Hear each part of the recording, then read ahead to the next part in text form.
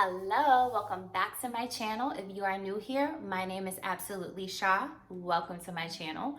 Once a week, I like to come with a true crime story time. So if you are a true crime addict just like me, then I invite you to go ahead, hit the subscribe button, click the notification bell, and each and every time that I upload a new video, you will be the first to be notified.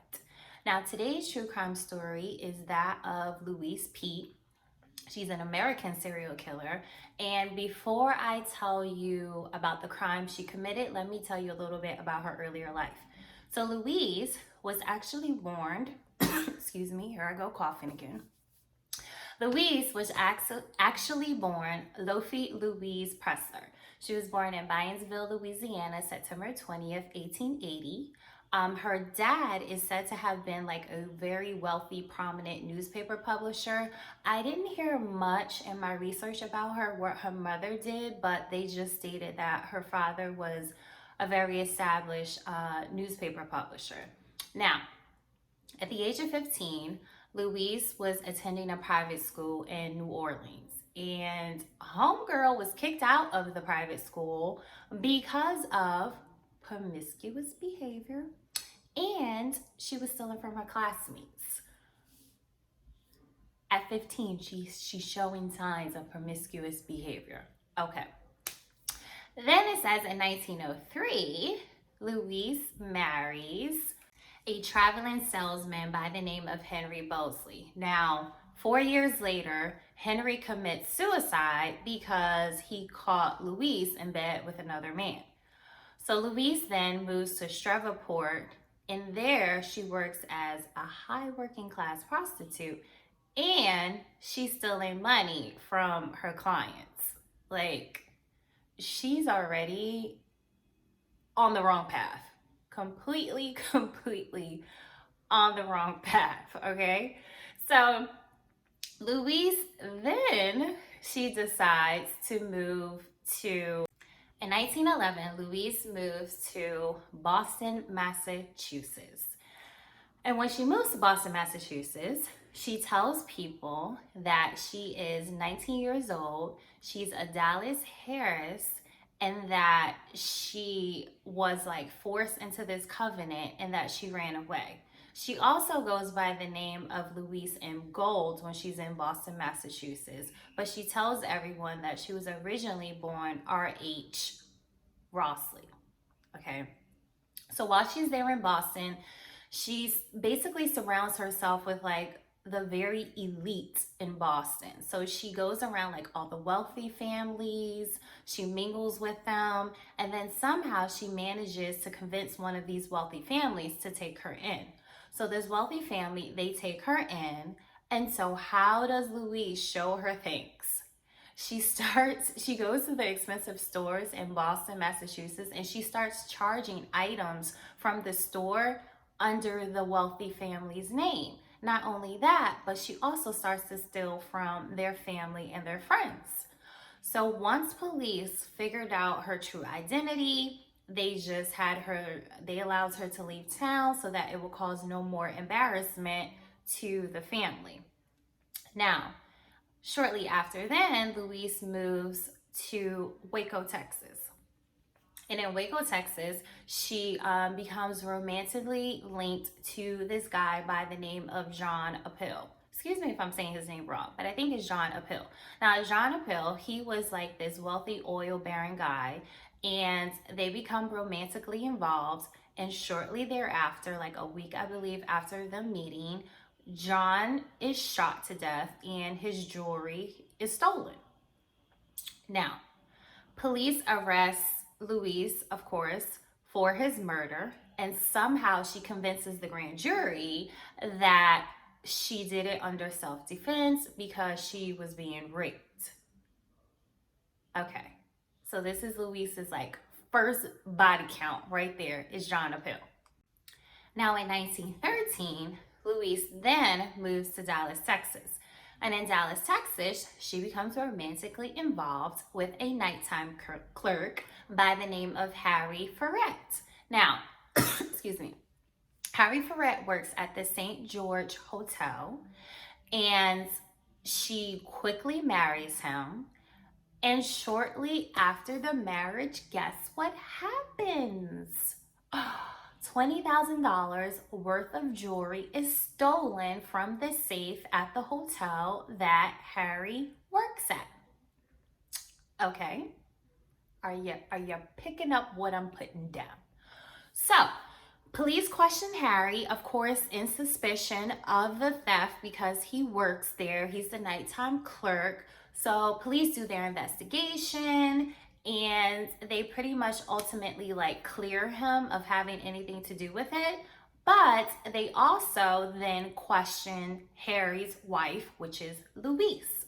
Now, the police wasn't able to link Louise to the theft, to the stealing of the jewelry. Now, Harry was so distraught about being, accused of stealing the jewelry. And I read that he was so distraught about finding out about Louise's infidelities, which is no brainer because I've already told you how she started at the age of 15. So he's distraught about being accused of stealing the jewelry, and he's distraught about hearing about his wife infidelities. So poor Harry shoots himself to death. He commits suicide and he shoots himself. Now that's the second husband that has committed suicide. The second husband that's committed suicide. Okay, so then in 1915, Louise, she moves to Denver, Colorado, and she becomes romantically involved with yet another man. This man, his name is Richard Pete, and Richard Pete is a salesman. And so the two are romantically involved. This happens in 1915. A year later, the two of them have their first child together. It's a girl, and her name is Frances Ann, and she goes by the name of Betty. Now, over the course of Louise and Richard's relationship, there was a lot of arguing, and so Louise finally had enough of it, and Louise decides to leave her husband and her daughter, and she moves to Los Angeles, California, which is like, so she's just like, what? You just gonna leave your husband and your child and you just gonna take off and live your life? Okay, girl, okay. So that happens in 1920. So she moves to California, and there she meets another guy.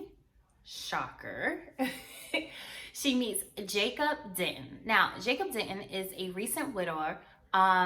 He also has a teenage daughter, and he's a millionaire, but he acquired that prior to him retiring from being a mining engineer, right?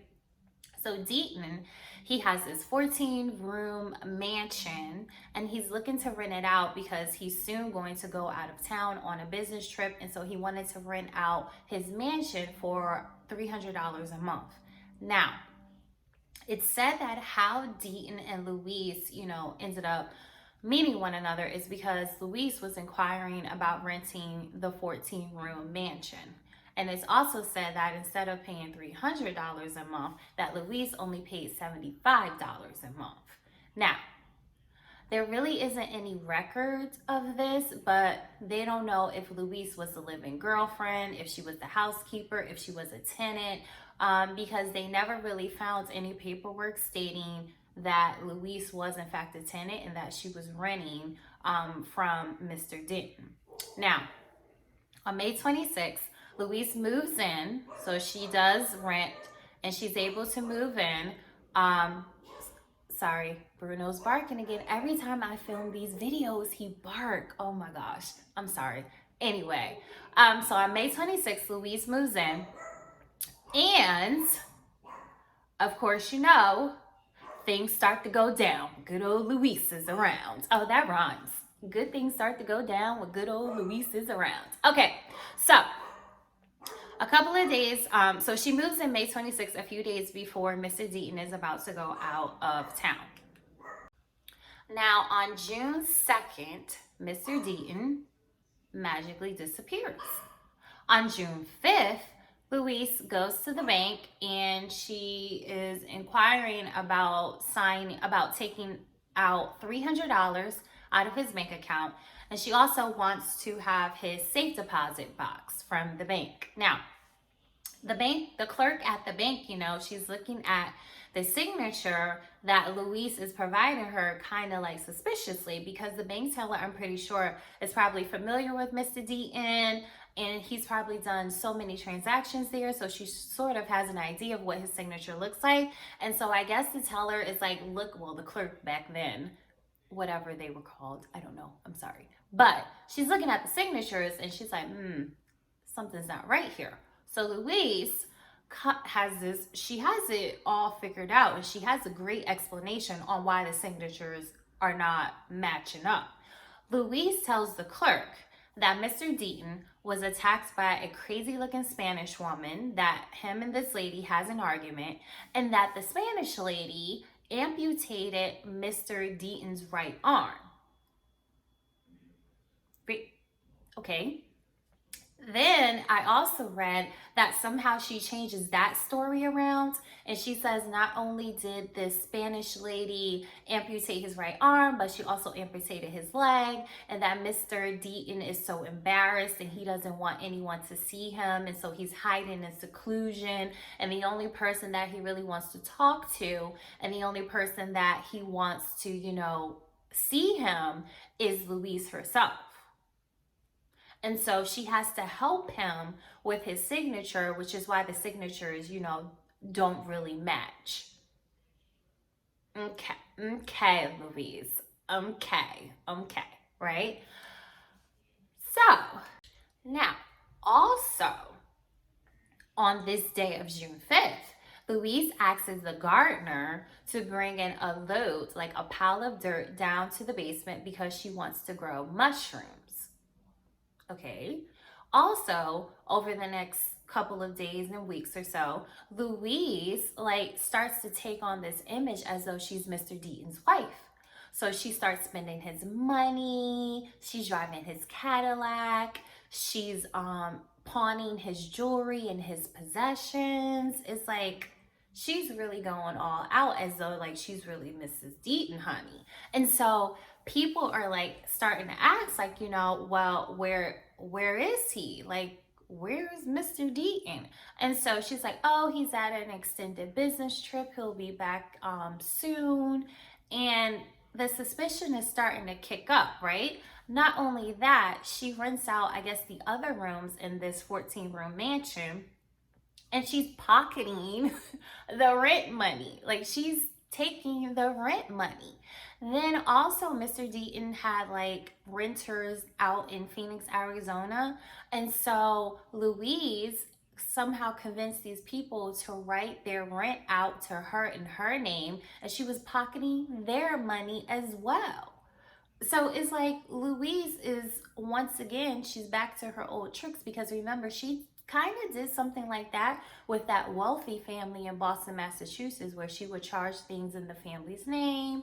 So she's going all out here. Now, in August, Louise goes to Bullock's department store. So I guess it's this really expensive department store. And she charges 2 dresses. She gets 2 expensive dresses, and she charges it under Mr. Deaton's name. Now, at this point, Deaton's daughter is something is not right. So Deaton's daughter hires a attorney, right? And so at this point, Louise rents out the mansion, and then she leaves town, and guess where she goes? She goes back to her estranged husband and her daughter. So she goes back to Denver. So once Louise is off the premises, Deaton's daughter attorney that she hired, the attorney gets a private investigator. So on September 23rd, the private investigator does a search on the premises, and in the basement, underneath the stairway, in a wooden cubicle box, there is Mr. Deaton's decomposing body. Now, police go to Denver, and of course, they question Louise about what they found back in California. And so Louise, first, her explanation is, oh, it was the Spanish lady that was Mr. Deaton's killer. Now, remember back then, she had the story of the crazy Spanish lady that amputated his right arm. However, when they saw Mr. Deaton's body, his right arm was still attached. So that theory automatically is like thrown out the window. Like, okay, Louise, that's not true because he still has his right arm. So what really happened? So then now Louise tells them, oh, well, the body that you found is really a double and that Mr. Deaton killed his double. Like, girl, bye. Like, who is going to... I'm spitting, sorry. Who's going to believe that? Like this, oh my God, she comes up with the worst lies. I swear. I swear she comes up with the worst lies. Needless to say, Louise was definitely brought back to Los Angeles. She was charged with the murder of Jacob Deaton, and her trial was set to begin January 21st, 1921. On February 7th, 1921, Louise was found guilty of the murder, a first-degree murder of Mr. Deaton. And her husband, Richard Pete, remember she was married to Richard Pete. Well, he stuck by her. Like, he said that he didn't care, that, you know, he was standing by her completely. So in 1923, you know, Louise tells Richard that, you know, I think we should get a divorce because you should be free. Excuse me. She tells him, I think you should get a divorce because you should be free to remarry whoever it is you want to be with. And Richard basically says, okay, I'll get the divorce, but I'm going to wait for you forever. So once the divorce happens, Louise like completely stops responding to any of Richard's letters, and she also like refuses to see him. So this like devastated Richard so much. He was so hurt that in his hotel in Arizona, he shoots himself. Once again, another man linked to Louise has committed suicide. Terrible. Now, Louise was originally sentenced to San Quentin State Prison, but however, they transferred her to the California Institution for Women, so she was sentenced there. So Louise, they say, was like this modeled prisoner, that she worked as a dental assistant. She also like helped maintain the prison's flower garden, and that she also worked on the newspaper. And so after 18 years, Louise is released on, she's paroled and she's released on good behavior. And so she's released into the custody of Jessie Marcy. Now, Jessie Marcy was a lady that had lobbied for, and she supported Louise. So I guess that's how the two became acquainted. And so Louise was released into her custody. And so Louise worked as her in-housekeeper. Okay. Now, shortly after, Marcy passes away due to natural causes. And from there, Louise then is staying with her probation officer. Her probation officer, Emily Latham, she stays with her and she works as her nurse and, of course, her housekeeper. Now, shortly thereafter, Emily passes away due to a heart attack. Now, no one really looked into the deaths of these two women because no one had any knowledge of Louise's previous life, I guess you can say, where she was sentenced to prison for first-degree murder. So no one knew this about her. So no one looked into the murders of, well, not the murders. No one looked into the deaths of, you know, Emily and Jessie. Now, shortly after Latham's death, Louise changes her name to Anna Lee.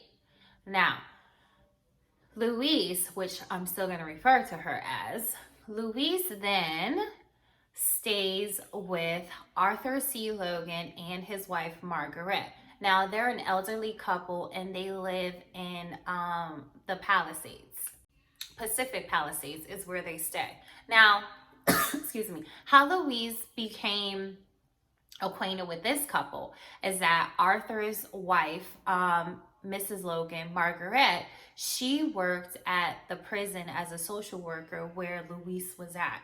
So the two of them, you know, knew each other from the prison, and also the Logans helped take care of Louise's daughter while she was in prison. So to me, that means that they had like a really good relationship, enough where Louise released the care of her child to them. Now, so this is how she knew them. So she stays with the Logans, and she also works as the nurse and the housekeeper. She's the nurse to Mr. Logan, Arthur. So Arthur suffered from dementia, and he was also noted to be mentally incompetent. Now, shortly after Louise moves in with them, she starts telling the neighbors that Arthur would sometimes go into these rages and that he sometimes tried to attack her and Margaret, which to me is like she's trying to build up her story. You know, she's trying to lay the foundation, and she's trying to just build this story up. So this is what she tells the neighbors. On May 2nd, 1944, Louise, listen, she has to get her a boo. So she marries Lee Borden Johnson, who is a banker. One thing about Louise, like, she likes to marry men that have very good jobs. Like, she's been with salesmen, mining engineers, oil, like the oil baron, John Apple, he was into the oil fields. The night clerk, which I think she only married Harry, was because, that must have been like a very expensive hotel, and he's surrounded by the $20,000 worth of jewelry. Like, she has a lot of motive to mess with men that are in wealthy positions. She's very strategic about the men that she selects. So from what I'm reading, she's very strategic about it. Okay. So anyway, so she marries Lee Borden Johnson, who is a banker. And so, as I stated, she already laid that foundation that, Mr. Arthur is kind of, he goes into these fits of rage. Now, June 1st, 1944, Margaret goes missing. And then 3 days later, Mr. Arthur Logan is committed to the Patton State Hospital. And Louise poses off as though she's his foster sister. So Margaret goes missing, and now she has Arthur out the house. So now it's just her and her husband, Lee Borden Johnson, that are staying in the Logan's home. Now, neighbors are questioning Louise, like, well, where's Margaret? Where did Margaret go? So Louise comes up with this story. Here we go. Louise comes up with this story that Arthur attacked Margaret and that he bit her on the nose, and that Margaret is so embarrassed that she's hiding in seclusion. Here she go again. She said that, did she not say that about Deaton? Except his nose didn't get bitten. She said that the Spanish lady amputated his arm and that he was embarrassed and that he was in seclusion. So now she's coming up with another story about someone being attacked and they're hiding in seclusion.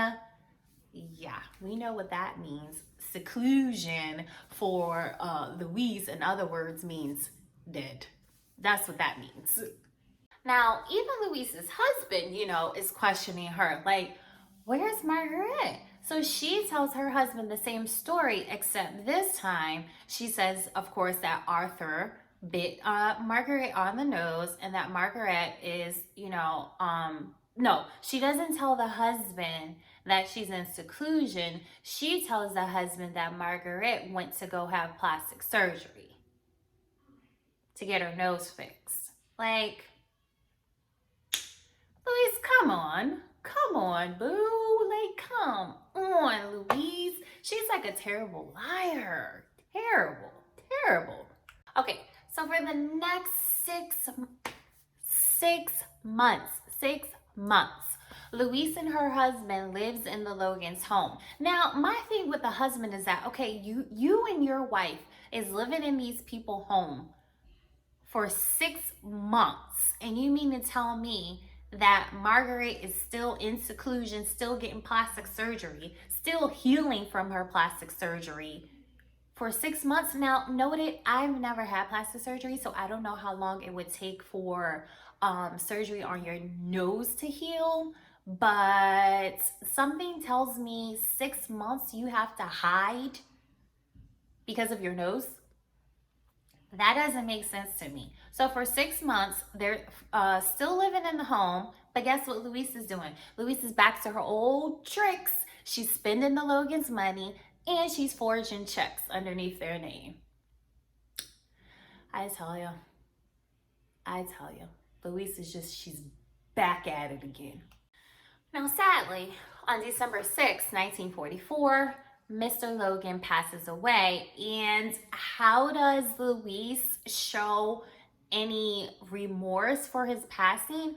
Oh, she donates his body to science. Like, she doesn't even give this man a proper burial. She just donates his body to science. Like, how sad is that? Anyway, during this time, the employees at the bank comes across one of the forged checks that Louise has written off, and they become very suspicious and they contact police. Now, on December 20th, 1944, police come to the Logan's home and they do a search, and what do they find? They find Mrs. Logan, Margaret's body, buried in a shallow grave underneath an avocado tree. There is no surprise that Louise was charged, of course, with Margaret's murder. Now, she tells police that it was Arthur that actually bludgeoned Margaret to death. Now, of course, once an autopsy was done and it was completed, it showed that that Margaret was actually shot in the back of the neck and she suffered from a skull fracture. So her whole idea of saying that Mr. Arthur did it was a bunch of bull and it was a lie. Like, the thing with Louise is that police clearly know that she's like lying, but she just like comes up with these lies. It's like she's a pathological liar. And I almost wonder if she like really believed her own lies. You know what I mean? Now, Louise's husband, Lee Borden Johnson, he of course was also arrested and charged with the murder of Margaret. Now, once police finished conducting their investigation, unfortunately, they had insufficient evidence to charge him, so the charges were dropped against him. Now, the next day, Mr. Lee Borden Johnson, he was on the 9th floor of Springs Arcade. It's an office building in Los Angeles, and he jumps to his death. Once again, another man commits suicide. Like, what?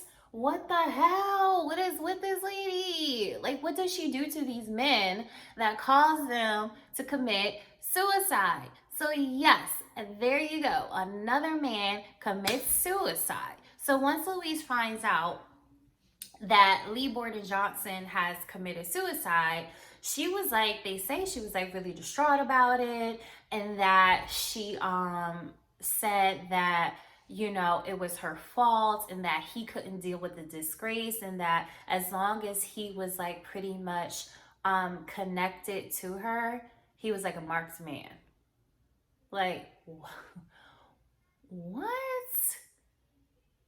That's just so sad. All these men just like, they committed suicide, or either they were basically murdered because of her. Okay, now on April 23rd, 1945, the trial of Louise for her third murder begins. And so prosecutors say that this is what they allege happened. They allegedly say that Margaret found out that Louise was forging checks underneath their name, that she found a $200 check that Louise had forged underneath Logan's name, and that Louise was upset about it. And because, not Louise was upset about it, that Margaret, of course, was upset about this, and Louise, because she was pretty much found out that she killed Margaret because she wanted control over the finances. Now, on May 31st, is it any shocker that the jury found Louise guilty of first-degree murder for killing Marguerite? Margaret. Why do I want to call her Marguerite? Margaret. So she was found guilty for first-degree murder for killing Margaret.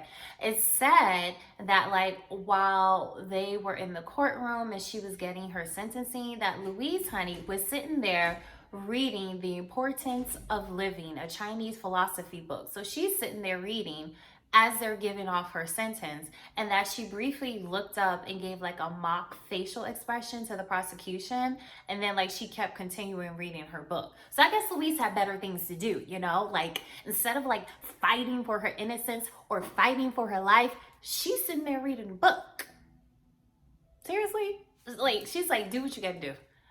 And she's just gonna read her book. Like, are you kidding me right now? Now, over the years, Louise maintained her innocence, and after several appeals, on April 11th, 1947, she was executed by the gas chamber at San Quentin State Prison.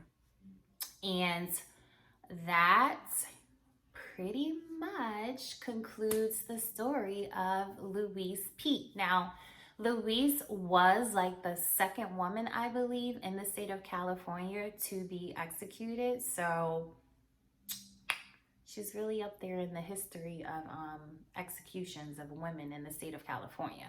But that's my story on Louise Pete. So please give me your thoughts down below. Leave me a comment about what you think about today's true crime story.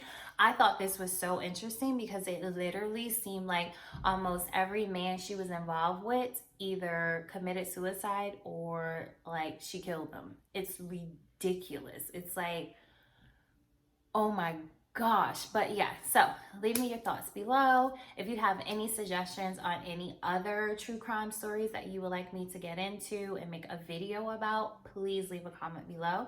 And if you haven't already, please like, comment, and subscribe. And I will see you in my very next video. Bye.